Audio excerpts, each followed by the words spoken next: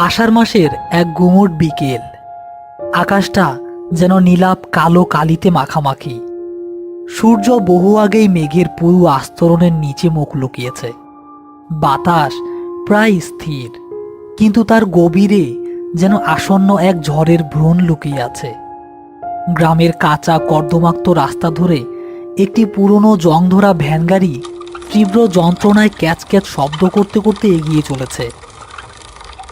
গাড়িটির শরীর জুড়ে অযত্নের ছাপ, যেন মানব জীবনের শেষ যাত্রার সঙ্গী হতে হতে সে নিজেও ক্লান্ত। পেছনের খোলা অংশে সাদা কাপড় দিয়ে ঢাকা একটি মানুষ্য আকৃতির বস্তু। বাতাসের ঝাপটায় কাপড়ের এক কোণা উড়ে গিয়ে বেরিয়ে এসেছে একটা ফ্যাকাশে পা। জীবনের শেষ চিহ্নটুকুও যেন গা থেকে মুছে গেছে। আরিফ চালকের পাশেই বসে আছেন পাথরের মূর্তির মতো। তার মুখে কোনো অভিব্যক্তি নেই। বহু বছরের অভিজ্ঞতায় খোদাই করা তার মুখের প্রতিটি রেখায় যেন লেখা আছে শত শত মৃত্যুর গল্প। হাতে ধরে থাকা বিড়িটা নিভে গেছে বহুক্ষণ, কিন্তু সেদিকে তার কোনো ভ্রুক্ষেপ নেই। সে তাকিয়ে আছে সামনের দিগন্তের দিকে, যেখানে আকাশ আর মাটি মিলেমিশে একাকার। অপরদিকে লাশটার পাশে গুটিসুটি মেরে বসে আছেন সেলিম মিয়া। তার কপালে বিন্দু বিন্দু ঘাম। প্রতিবার গাড়ির ঝাঁকুনিতে সাদা কাপড়টা সামান্য সরে গেলে সে ভয়ে চোখ বন্ধ করে ফেলে। তার কাছে মৃত্যু এখনো এক ভয়াবহ রহস্য, এক শীতল আতঙ্ক। আরিফ ভাই, আমার কেমন জানি গা ছমছম করতেছে। এমন দিনে অবেলায় লাশ নিয়ে যাওয়াটা কি ঠিক হইতাছে? গ্রামের মুরব্বীরা কয়, অবেলায় মরা মানুষের আত্মা নাকি সহজে শান্তি পায় না। তার উপরে আবার এই ঝড় তুফানের আলামত। আহ, চুপ থাকতো। আজাইরা কথা কইবি না। মরা মানুষ আবার কি করব?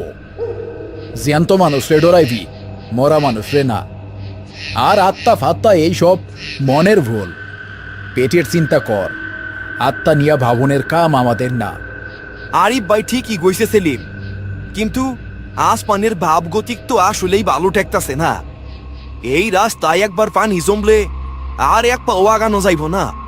তার আগেই আমাকে গোরস্থানে পৌঁছাইতে লাগবো। লাশটা লাশটা কি পুরুষ না মহিলা ভাই? তাতে তোর কি? লাশ তো লাশেই, তার আবার পুরুষ মহিলা কি? চুপচাপ বইসা থাক। ইনি হচ্ছেন আরিফ, যার জীবনের অর্ধেকেরও বেশি সময় কেটেছে লাশের সাথে।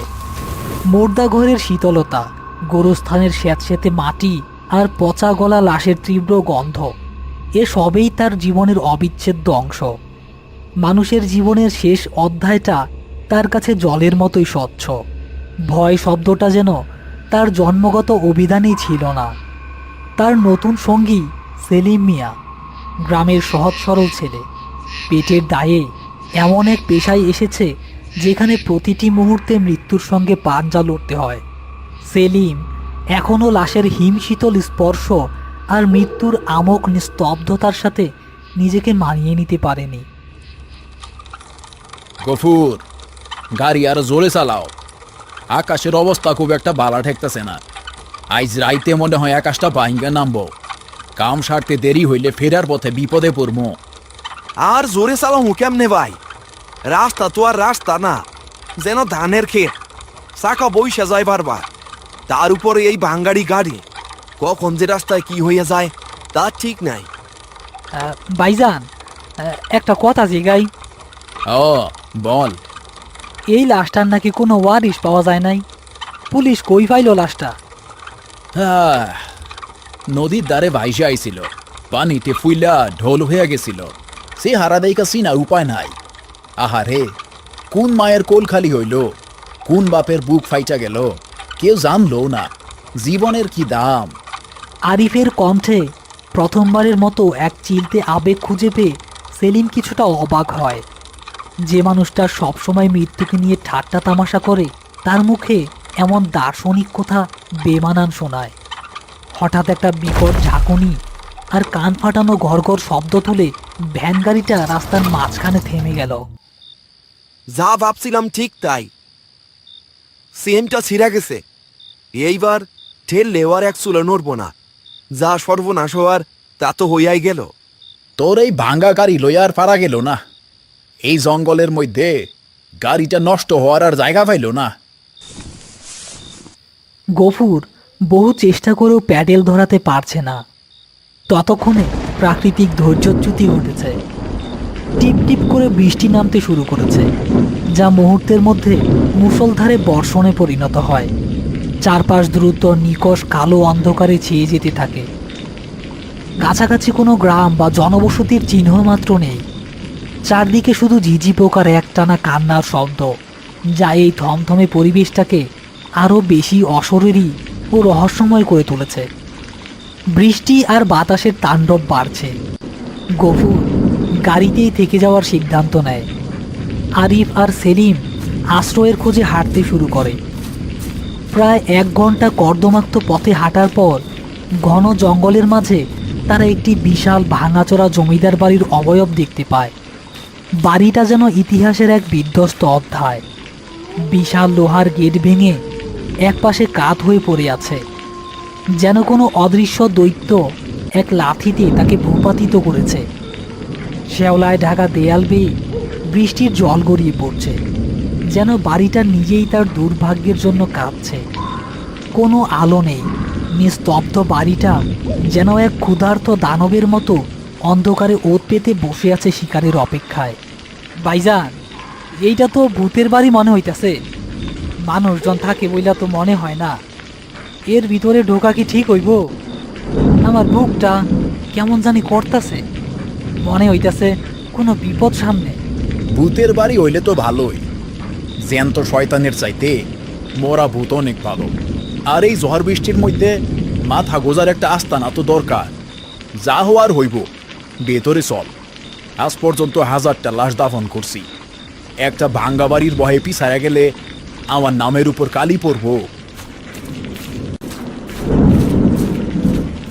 আরিফের অভয়বাণীতে সেলিম কিছুটা ভরসা পেলেও তার মন থেকে ভয় দূর হয় না। ভেতরে প্রবেশ করতেই একটা তীব্র ঠান্ডা স্যাঁতসেঁতে আর পচা পাতার মিশ্র গন্ধ তাদের নাকে এসে ঢোকে, যেন তারা কোনো জীবন্ত প্রাণীর পেটের ভেতর ঢুকে পড়েছে।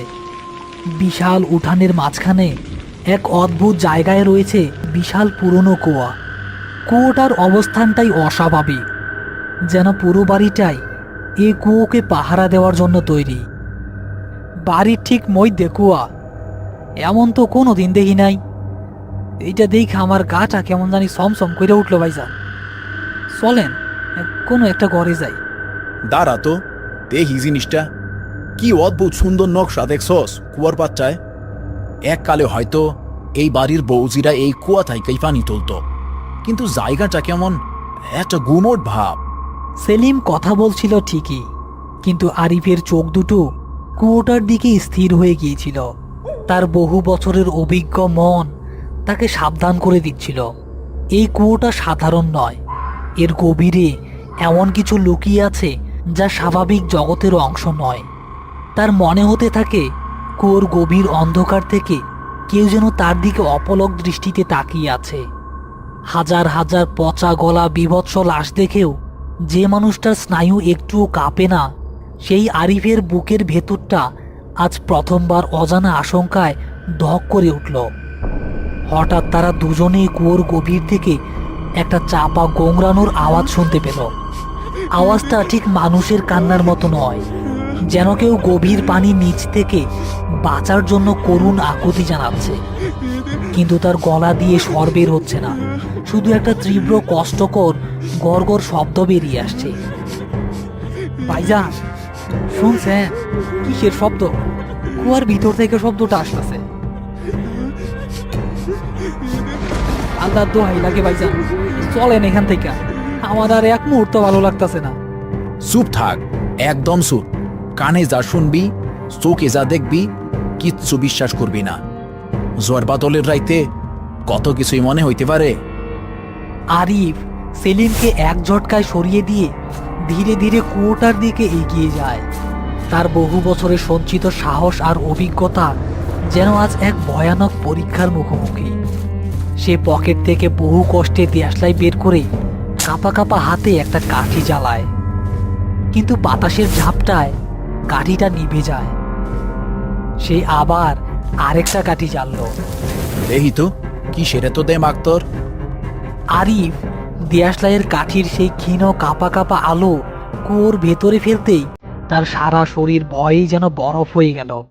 তার চোখের সামনে যা ভেসে উঠল তা তার জীবনের সব থেকে ভয়ানক দুঃস্বপ্নের থেকেও ভয়াবহ। সে স্পষ্ট দেখল কুয়োর গভীর কালো পানির ভেতর থেকে একজোড়া ধবধবে সাদা চোখ, যে চোখে কোনো মনি নেই, যেন দুটো সাদা পাথর, সরাসরি তার দিকে স্থির দৃষ্টিতে তাকিয়ে আছে। শুধু তাই নয়, একটা ফ্যাকাশে পানিতে ফুলে ওঠা হাতের আঙুল তাকে ইশারায় নিচে ডাকছে। আলোটা নিভে যাওয়ার ঠিক আগে সে চূড়ান্ত আতঙ্কে লক্ষ্য করল পানির নিচের ছায়ামূর্তিটা আর কারো নয়, অবিকল তার নিজের প্রতিবিম্ব। কিন্তু সেই প্রতিবিম্বের মুখটা ভয়ে আর তীব্র কষ্টে বিকৃত হয়ে আছে। তার চোখ দুটো ঠেলে বেরিয়ে আসতে চাইছে, যেন এখনই তার দম বন্ধ হয়ে যাবে। সেলিম, এই কুয়ার পানিতে আমি, এইটা তো আমারে ডাকতাছে, আমারে আমারে খাইতে চাইতাছে। কি যে কন ভাইজান, আপনার মনের ভুল। চলেন ভাইজান, আল্লাহ দোহাই লাগে, এই অভিশপ্ত বাড়ি থাইকা আমরা বাইর হইয়া যাই। দরকার হইলে খোলা আকাশের নিচে ভিজব, তাও এইখানে আর এক মুহূর্ত না। আপনার অবস্থা দেখা আমার কলিজা শুকাইয়া যাইতাছে। না রে সেলিম, এটা মনের ভুল না, তুই বুঝবি না। আজ 20 বছর ধইরা আমি লাশ কাটি, আগুনে পুরা বিকৃত লাশ, কাইটটা টুকরা টুকরা করা লাশ, পানিতে ফুলা লাশ। কোনো কিছুতে আমার এক ফুটা ডর লাগে নাই। কিন্তু আইজ আমি যা দেখছি, আমার মনে হইতাছে আমার কলিজাটা যেন কেউ ছিঁড়া নিয়া গেছে। ওই কুয়া জীবন্ত রে, ওইটা মানুষের আত্মা খায়। ওই কুয়ার ক্ষুধা মিটে নাই এখনো।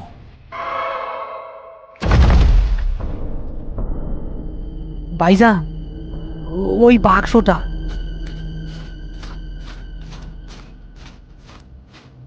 এইগুলা কি? আজ 13 বছর হলো আমার কলিজার টুকরা, আমার একমাত্র মেয়ে আরিয়াকে খুঁজে পাচ্ছি না। খেলার ছলে সে বাড়ির মাঝখানের ওই অভিশপ্ত কুয়াটার পাড়ে গিয়েছিল, তারপর আর ফেরেনি। সবাই বলছে সে পানিতে ডুবে মরেছে, কিন্তু আমি ওর বাবা, আমি জানি ও মরেনি। ওই কুয়ো ওকে গিলে খেয়েছে। ওই কুয়োটা জীবন্ত। প্রতি রাতে আমি আরিয়ার কান্নার শব্দ শুনতে পাই। ওই কুয়োর ভিতর থেকে আমাকে ডাকে। বাবা, আমাকে বাঁচাও, আমার খুব কষ্ট হচ্ছে, এখানে খুব অন্ধকার, আমি নিঃশ্বাস নিতে পারছি না। বাবা, আমাকে বাঁচাও। আমি পাগল হয়ে গেছি। আমি কুয়োতে দড়ি ফেলেছি, লোক নামিয়েছি, কিন্তু ওর নরম শরীরটার কোনো চিহ্ন পাইনি। ওই কুয়ো একটা রাক্ষস, ও আমার মেয়েকে নিয়ে গেছে, ওর আত্মাটাকে আটকে রেখেছে। আমি আর সইতে পারছি না।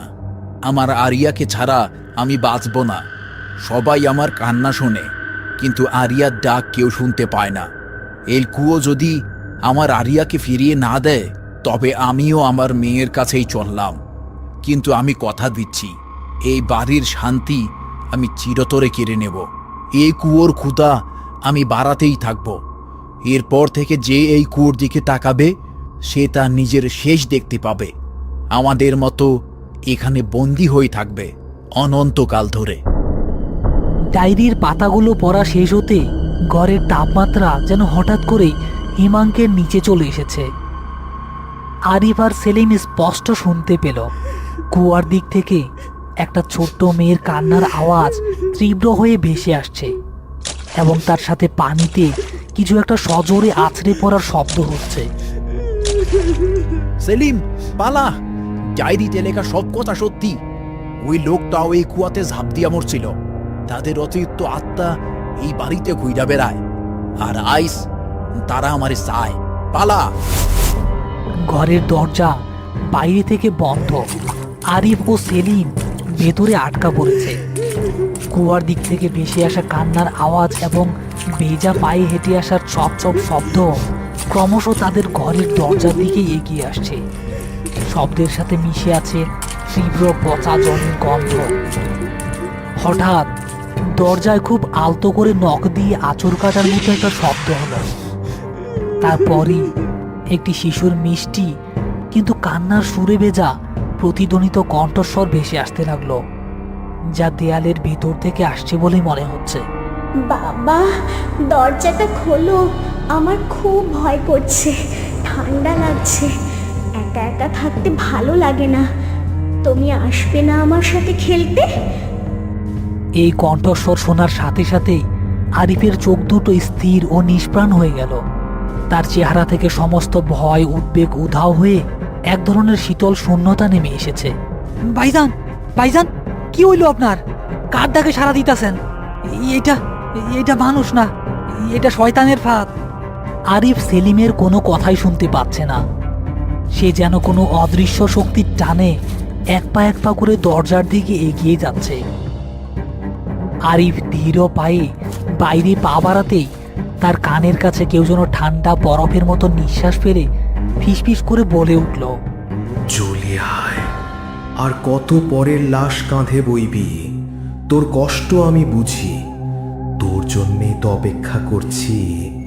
এখানে কোনো কষ্ট নেই, কোনো ক্লান্তি নেই, শুধু অনন্ত শান্তি আর অতল জলের গভীরতা। চলে আয় আমাদের কাছে, আমরা একা। না ভাইজান, যাইয়েন না। আপনি কই যাইতেছেন? এইটা এইটা আপনার মনের ভুল। সাইডা দে সেলিম, আমারে যাইতে হইব। আমার ডাক আইসা পড়ছে। ওরা ওরা আমার জন্য অপেক্ষা করতেছে। এই কুয়াই আমার শেষ ঠিকানা। 20 বছরে যত লাশ দাফন করছি তারা সবাই যেন আইস আমারে ডাকতাছে ওই কুয়ার গভীর থাইকা। আমার মুক্তি এইখানে। আরিফের শরীরে যেন 10টা হাতির শক্তি ভর করেছে। সেই এক ঝটকায় সেলিমকে দূরে ছিটকে ফেলে দিয়ে অন্ধকার উঠান হয়ে সোজা সেই অভিশপ্ত কুয়াটার দিকে হেঁটে যেতে থাকলো। বিদ্যুৎ চমকানোর আলোয় সেলিম দেখতে পেল এক ভয়ঙ্কর দৃশ্য। কুয়ার পাশে একটি সাদা কাপড় পরা ছোট্ট মেয়ের ছায়ামূর্তি দাঁড়িয়ে আছে, আর তার হাত ধরে আছে একটা দীর্ঘদেহী ছায়া। তারা দুজনেই যেন আরিফকে স্বাগতম জানানোর জন্য অপেক্ষা করছে। আরিফ কুয়ার কিনারে গিয়ে দাঁড়ালো। সে একবারও পেছনে তাকালো না। কুয়ার গভীর থেকে যেন শত শত অতৃপ্ত কণ্ঠস্বর তাকে ডাকছে। সে কুয়ার ভেতরে ঝুঁকে শান্তভাবে একটা মুচকি হাসি দিল, তারপর শূন্যে তার শরীরটা ভাসিয়ে দিল। পানিতে বিশাল কিছু একটা পড়ার বিকট শব্দ ছাড়া আর কিছুই শোনা গেল না। শব্দটা মিলিয়ে যাওয়ার সাথে সাথেই বাড়িটা আবার কবরের মতো শান্ত থমথমে হয়ে গিয়েছে। এই দৃশ্য দেখে সেলিম মিয়া কোনো মতে সেই অভিশপ্ত বাড়ি থেকে জ্ঞান হারানো অবস্থায় পালিয়ে ফিরেছে। সম্ভবত সে তার মানসিক ভারসাম্য হারিয়ে ফেলেছে। এরপর থেকে তাকে আর কোনোদিনও লাশ বহনের কাজ করতে দেখা যায়নি। সেই পোড়া বাড়িটা আজও সেই রকমই দাঁড়িয়ে আছে, নিজের বুকে এক ভয়াল রহস্যকে ধারণ করে। রাতের বেলা মাঝে মাঝে নাকি সেই কুয়ার ভেতর থেকে কান্নার আওয়াজ শোনা যায়। তবে এখন আর শুধু একটি শিশুর কণ্ঠ নয়, শোনা যায় 3টি ভিন্ন কণ্ঠস্বর। এক শিশু, এক প্রতিশোধ পরায়ণ বাবা এবং বহু বছরের অভিজ্ঞতায় ভারাক্রান্ত এক লাশবাহকের ক্লান্ত কণ্ঠস্বর, যে আজও তার মুক্তির অপেক্ষায় অতল জলের গভীরে বন্দী হয়ে আছে।